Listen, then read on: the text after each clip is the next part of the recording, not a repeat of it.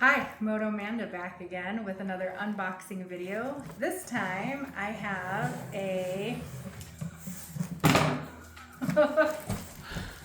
new sissy bar for my 2015 Fat Bob from Revzilla. Took me a while to find a sissy bar that would actually fit the 2015 Fat Bob, but Revzilla finally had one.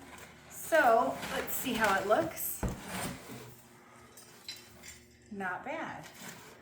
So I'll be putting this on. I will do a video of that now that we actually have the sissy bar.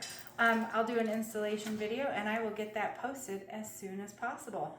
So give me a follow and I'll lead the way.